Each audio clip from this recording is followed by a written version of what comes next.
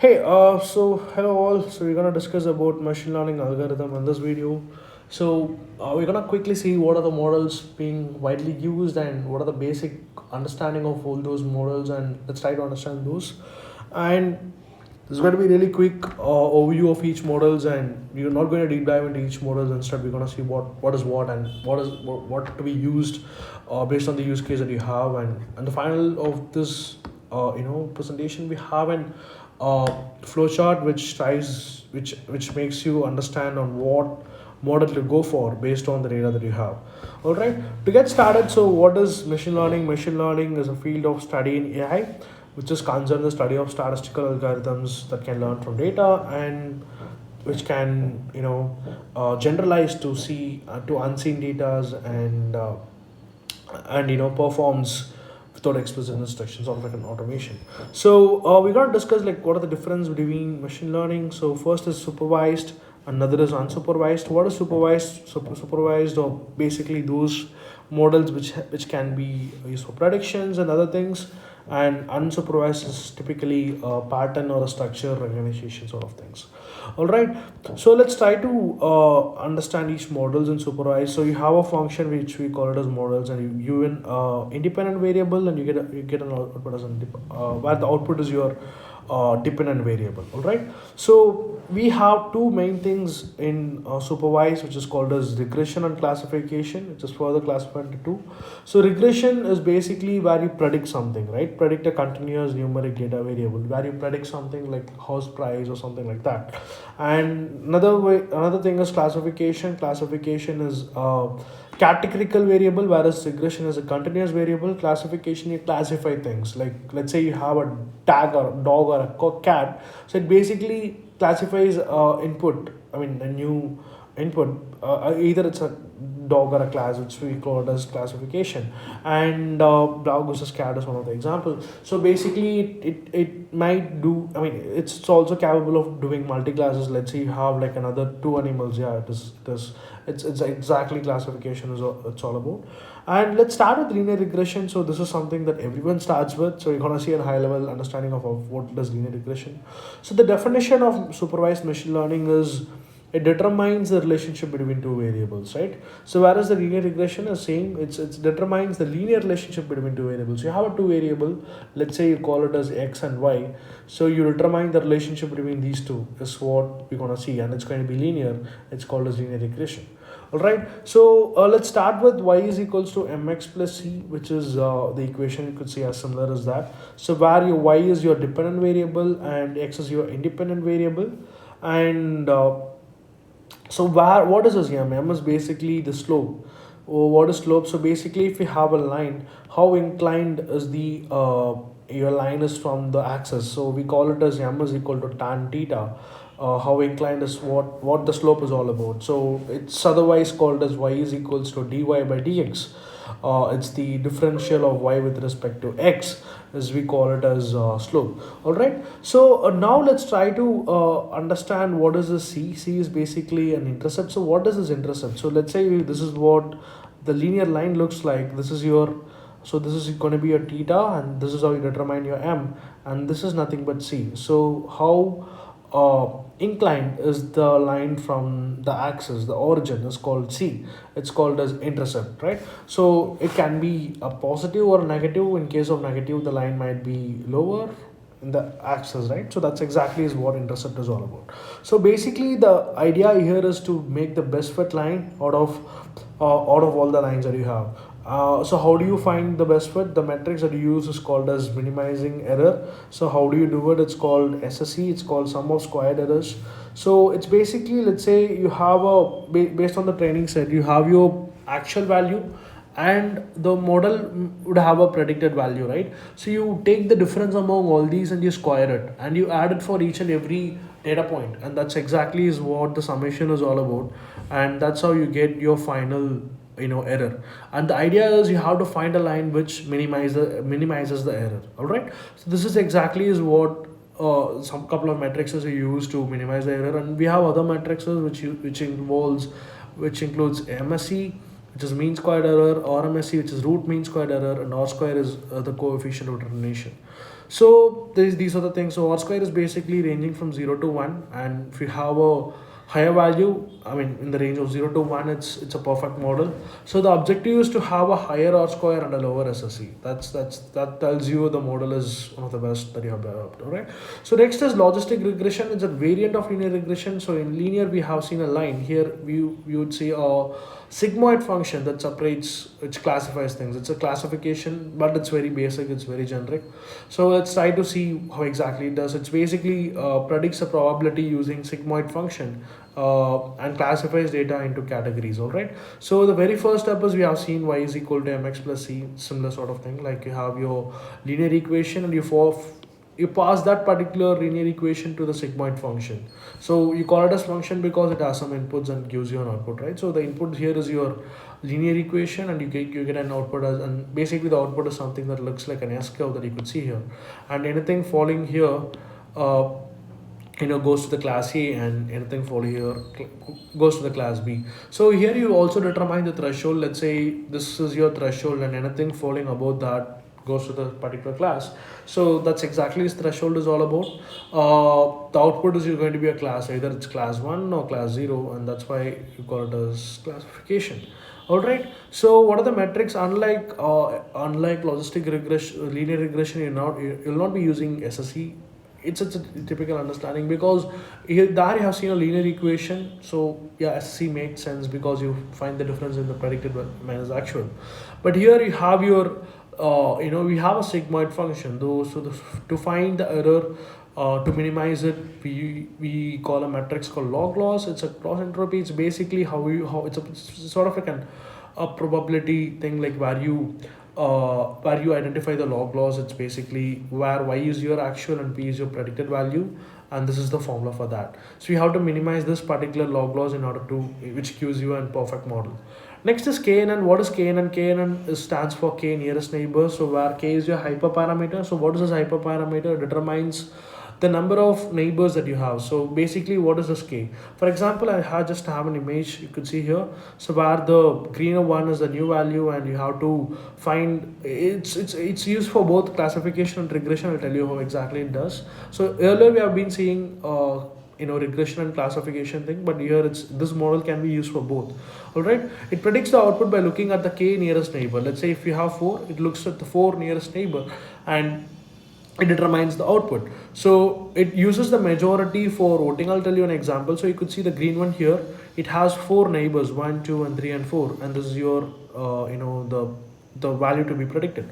So let's say this is the 4 nearest neighbor, where K is equal to 4. K is the hyperparameter here. So what it does is it sees for the 4 datas, and let's say if it is a classification, it's classified as 1, 1, 1, and this is classified as group 2.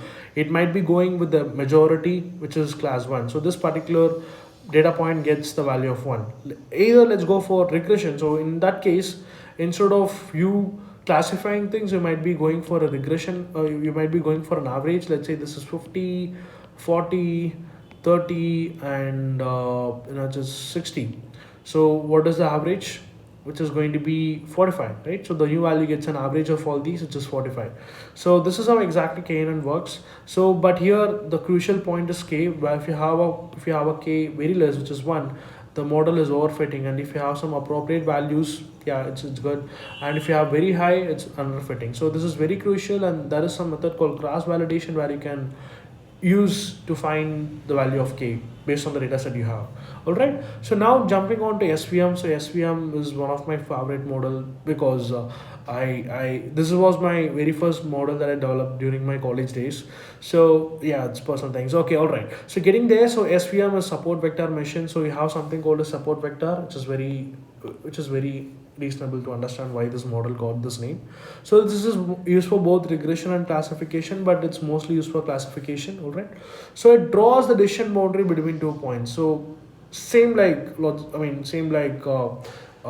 linear regression, it draws a line, but the thing is that it doesn't draw a line based on the linear equation that you had. Instead, it considers the support vectors, which is called as critical points, because this determines whether how exactly the line has to be done. So why it is called as critical points, why not other data points called as support vectors? The reason is these data points lie on the margin, and that's exactly why it is called as critical points, and that's called as support vectors. So these lines are drawn based on the support vectors, minimizing the error. So basically you have these data points, this has to be, the distance between all these has to be reduced, and that's typically is how you measure it, right? So this is good. I mean, it's really good, it's really powerful if you have multi-dimensional data. So how is the dimension being measured? If you have like two parameters, it's going to be a 3D, including, like, when I say two, it's going to be a two independent variables and one dependent variables, it's going to be a 3D. Whereas if you have only one parameter, it's going to be a 2D. And let's say if you have a higher dimension that you want to use, so hyperplane is one of the powerful way. So you could see this is the image, so which you have an hyperplane, so you have two things, red and blue, which is being classified by the grid lines. So this grid line is basically the hyperplane that you could visualize, right? So yeah, I think this is something that I want to cover. And as I said, like, the best thing is it has to have a maximum separation among all these, and need to make a best boundary, and it uses critical points for doing those, which is called the support vectors. Okay. All right. So what else? And it also determines the plane, like if you have, it also determines the boundaries. The critical points are those which determines the boundaries. As I said, this is very powerful for higher dimensions. And okay, now there is another thing. If you see something that is non-linear, the example that you could see is a non-linear one. It's being represented in 2D. So here you can't separate a linear line, right? You can't do something like that. You have to form a circle or something, which is not possible. So basically what you do is you just convert this dimension, just 2D, to some dimension, let's say 3D or 4D. So what you do is you elevate it and you cut it, right? This is nothing but a plane, which differentiates your data, which classifies this as A and B. So this is called as kernel function, which does the operation for you. It converts the data into a higher dimension. That's what exactly is kernel function is all about. So we have different types of SVM, as you could see in the example. It's called linear SVM, which is a straight boundary that we saw in the example. And another one is non-linear SVM, which is a curved boundary using kernel. So this is one of the example for a non-linear SVM. All right. Next is Navy bias classifier, which is based out of Bayes theorem. So basically, you might be seeing this formula: P of A given B is equal to P of B by A, which is into. So what is this P of A by B? So it's probability of A given A has already occurred. So this is something you would have learned in class 12. So again, this model is being built based on that, and this is really good for any text-based classification. It's a I would say this is the best model that you can go for. All right. So the example that I brought you is a spam classifier. You have a mail coming in and you feed it to the model. It has to classify whether this is spam or not spam. So how this is being done? So you have multiple words in the given mail. All the words is being taken as a future, as a parameter, and you count the number of occurrences in that particular mail, and you also label it as spam or not spam, right? So this is exactly it does. And another thing about this particular model is, as you could see, there is a word called Navy. It's basically, this model assumes that every parameter, every independent, every variables in this particular input is going to be independent, but typically it is not. There might be some correlation among two or three parameters, because some words are highly correlated in spam mails, like links, and what else you have, click this link, gift card sort of things, which in the same mail you might be seeing those words. Again, it's not that you may not see in a not spam mail, but these are highly associated, and it's being highly correlated, which is typically like to happen. But this model doesn't do that. It assumes that every variables are independent in nature. So that's one of the one of the flaw, I would say. But so this is one of the thing, but it does well with respect to its operation. Again, so for example, I'm just considering 100 mails, like where you say 70 is spam, 70 is not spam, and 30 is spam. And let's say you have 700 words in that, and this is how you calculate the probability of offer occurring in that particular mail. So what is that? We have 5 words out of 700 words. That's the probability of offer and free and this in not spam mail. And similarly for offer, yeah, it's likely to be more, and that's what you could see here. So probability of spam is basically out of 100 mails, you have 30 mails, which is 30 by 100, which gives you a 0.3, and for not spam, it's 0.7. So what do you mean by this P of words by spam? So given what is the probability of the word that is going to happen, which is offer, free, and click, in the given the spam given the mail is a spam, right? This is how you calculate it. And next is given the spam mail and the words, like how do you calculate that? So probability of spam by all words, it gives you this particular formula, which is P of A by B is equals to P of A into P of B if A and B are independent, which already the model assumes, and that's how you calculate it. And the one that you could see here, the right hand side, has a more probability that that particular mail which has all these words is going to be spam mail. So if any mail that comes in, it uses the training set and it sees if there is a if the probability of those words are higher, then it's going to be a spam. Like if it is highly associated with the spam mail of all these words, it's going to be a spam, else it's not it's just not a spam mail, right? So here a new mail comes, all the words are, it considers as a future, and based on that it determines whether a word is either the mail is a spam or not spam. Okay, as I said, it's really helpful in all the test based classification. You can go ahead with this particular model, which is doing really great. All right, next is decision tree classifier. So here you could see this is how the decision tree looks like, where in the top you have a root node and you have a decision node, and at the bottom you have a leaf node.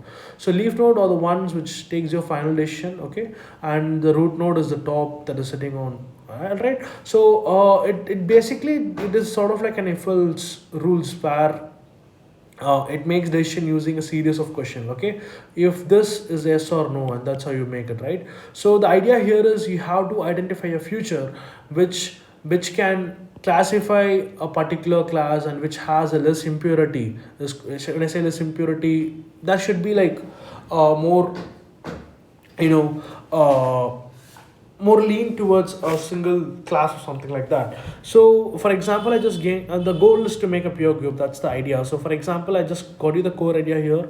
So you have all data sitting at the root, which is called as root node, and here the model picks, let's say you have f1, f2, f3, you have 3 futures sitting in. So this model picks the best future which can differentiate 2 groups, right? So that's how the root node is being determined. So once your f1 is selected as root node, the leftover is f2 and f3. So let's say out of these, the f2 might be going well here, might be classifies well here, and f3 here and f4 here. So that's exactly how this model works, and it keeps on. It is a recursive sort of thing. Like if it sees that the split is not good, it's not there is no more useful splits, it stops. Or else if even if it might have like more futures, but it takes only the best futures that can fit in, right? And if it also feels the impurity is less, yeah, it might be stopping over there. All right, so it also uses couple of metrics called Gini index and entropy, which is really useful, which also measures how mixed the data is in that particular class. And if you have a lower impurity, yeah, that's the better split, right? So it also, I mean, there is another thing. So basically, if you could combine all these trees, this is a very simple single decision tree, but let's say if you could combine a single decision tree with multiple trees, right? That's where exactly the value is brought in. So let's say, for example, I have just brought you some examples. So you have a decision tree, and let's say you have a gradient boosted. So what is gradient boosted? We'll see in detail. And next is random forest, where you have multiple trees. That's what the idea is, right? You have, instead of you having one tree, you have multiple decision trees, and it makes it more powerful, right? So what is random forest? So basically this runs in the concept of called bagging. So bagging is where you provide different data to different trees. So you have tree one, like this is T1, you feed in a different random data to it, and TD has a different data which the model has got trained, and the output might differ when you give a new data. It might differ, and that's the idea here. So basically, let's say for classification, you select based on the voting. Let's say if this gives you a class 1 as a prediction, class 1, and class 1, but these two predicts as class 2 because the data might be different. And the final output for classification goes based on the voting because you have the majority as one, so the output will also be one. And for regression, if you have like different values, it might be taking the average of all these. So this is the idea behind the random forest, and this concept is called bagging. And you also have something called as boosting, and that's how the gradient descent. So this randomizing the data is called as bootstrap. So what it does is it randomizes the data. So it's not that like you give certain group to 1 and 2. It's not like that. It randomly picks from the original data and it puts back the data, and the sample 2 is it's being taken randomly from the original data. All right, so that's exactly how this works. It's called as bootstrap. So next is we have boosting. So what is boosting is all about? So you have your tree 1. So this might give you some error, right? There might be some error in identifying things. So it gives, so when it goes to the next tree, this error is being taken, given a more weightage so that it can rectify the error. And similarly, the errors are being rectified in the subsequent trees. And finally, when it comes to the final tree, the error is very minimal. That's the idea of this particular gradient booster trees. So this works in the concept of boosting. So if you could compare between bagging and boosting, bagging is a parallel way where you pass in multiple random data to different trees parallelly where the process happens, whereas the boosting is a sequential thing where you where one of the error is being taken care by the next. It's being very sequential, right? So that's exactly is what about boosting. So as I said, theoretically looks for error in the previous tree, and it tries to give more weight to the errors. Okay, as I said, same as what we have seen. So next is reweighting. Yeah, as I said, like reweighting is a concept where it gives more weightage to those data points which has more error. All right. So there are a couple of other boosting algorithms. It's called as ADA boost, gradient boosting, and XC boost. So this is very common. You might have seen a lot of projects being built on that. So this is all about decision tree. Jumping on to neural networks. So neural networks is something, if you're a biology student, it can easily relate. Like you have neurons in your body which has a head and block thing which passes signals from the brain to all over the body, right? So that's exactly how this model is being built. So you have something called as hidden layer. You get your input, and these particular blocks everywhere is called as neurons, and you get a input and you pass in an output. And any layers that is between input and output is called as hidden layers, and you have a lot of hidden layers. It's called deep learning, right? So it's a subset of neural networks. All right, so this is a wider topic, will be just out of scope for this video, and we'll be seeing it in the future. All right, so now let's jump into the next model, which is part of the unsupervised machine learning. So what is unsupervised? Is basically if you have any data which doesn't have a label at all, it's called as unsupervised. All right, so now let's try to understand what is this k-means clustering is all about. So as you could see, we have seen a similar model earlier in the supervised k and k nearest neighbor. K-means clustering is again where your k is nothing but a hyperparameter which groups similar data into k clusters. What do you mean by k? Let's say if k is 4, it groups into 4 clusters by finding the centroid for each point. Okay, so the first step is to choose k. You choose a k. How many clusters do you want? Let's say it's 2. You're gonna form a 2. So I think I can explain you the example. So the very first step is like to choose k. You have chosen k is equal to 2, so you have got 2 centroids here, right? So initializes the centroids because you have 2 clusters, you want 2 centroids. Next, assign points to nearest centroid. So these are the points you have, and it assigns, each point is assigned to the nearest centroid. So might be this all might be closing to each other, and this might be going well because all these are closest to each other comparatively, right? So that's how this is done. And next, you repeat the process. You reassign the centroid to a different point. So now instead of you having here, this shifts here.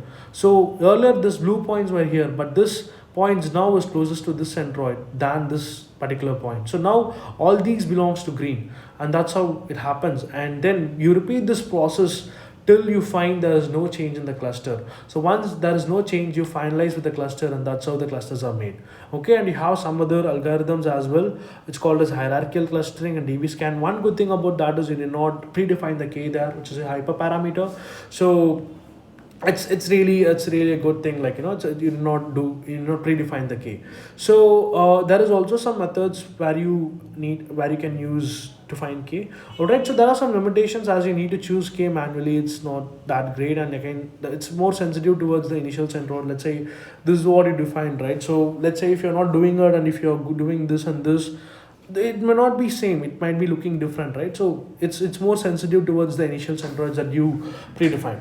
And next, it struggles with irregular shapes. Let's say if you have like more irregular shapes, this model basically struggles, and that's the limitation that we have. All right, now let's jump on to the dimensionality reduction. So what is this dimensionality reduction? It reduces the number of features. So let's say you have a data set of 1,000 features, you need not have all those to train a model, right? So basically it's not advisable to do that, because it might be facing a lot of issues, and where you might be forced to reduce the dimensions, and where you might be removing some features as well. So this is one of the method that is being used also in the data pre-processing. As you could see, there is a dimensional reduction and the data reduction. So basically it reduces the dimension. That's the core idea of how this happens. Let's say you have a 3D dimension, it might be reducing it to 1D, okay, based on the PC, which is called as principal component. We'll be seeing in the next model. So what is PC principal component analysis, which is called as PCA, which is widely used for data pre-processing and stuff. So this is a technique to reduce the number of features while keeping the most important in the data, right? So you reduce the features, but also ensure that you have the crucial things in your data existing, right? So PC is basically, it creates a new uncorrelated future, okay, of combination of original features. Let's say you have four to five features, which can be combined together. Let's say instead of four, you might be, for example, we have seen this thing, right? You have different things, and you combine that to PC1 and PC2, probably combination of two features, which is not highly correlated, right? So there is one confusion people really make. PCA does not pick less correlated features. This is not the understanding that you should have. It creates new feature that or less correlated. That's the idea. All right. So PCA creates new PCs, which is called as principal component. So it's a combination of original features, not correlated. Captures. So for example, let's say if you have a student, where we're gonna classify a student as a topper or not topper. So you have metrics as like his attendance and his assignment score and the number of hours he study. Probably you can group the attendance and the number of hours he study together as a principal component, if you based on the correlation that you could see in the data, right? So that's exactly is what PC is all about. The PC1 determines the students with more attendance and more hours of study or something like that. All right, so this is more about all the models that we have seen. It's basically a high level understanding of all the models. So this really helps you to pick the model that you have, and you might have gotten high level understanding on how all these model works. So in the future, if you see some data, you might be confused on what model to choose. I think this cheat sheet, you can find it online, or you can take a snapshot of this. So this is really helpful in order for you to choose the right model. So for example, let me start with, so if you see a data which is less than 50, yeah, it's not advisable. Go pick a lot of data and get back. So next is like, if you see, if it is yes, you go to the next step. So if it is a category, if you're predicting a category, sort of like a classification or clustering, so you move here. If it is a labeled data, yeah, go ahead and do your classification. Or if it is not labeled, do the clustering and proceed with that. And if it is a continuous or a quantity, go for regression, and if not, you have to look back and look for things, right? So this is how exactly you read this particular cheat sheet. It was really helpful, and it helped me a lot, for me as well, in the initial phase of learning ML. So I think this video was helpful, and do comment if you need anything specific, and we'll be creating a new video on a detailed understanding of each models. Thank you.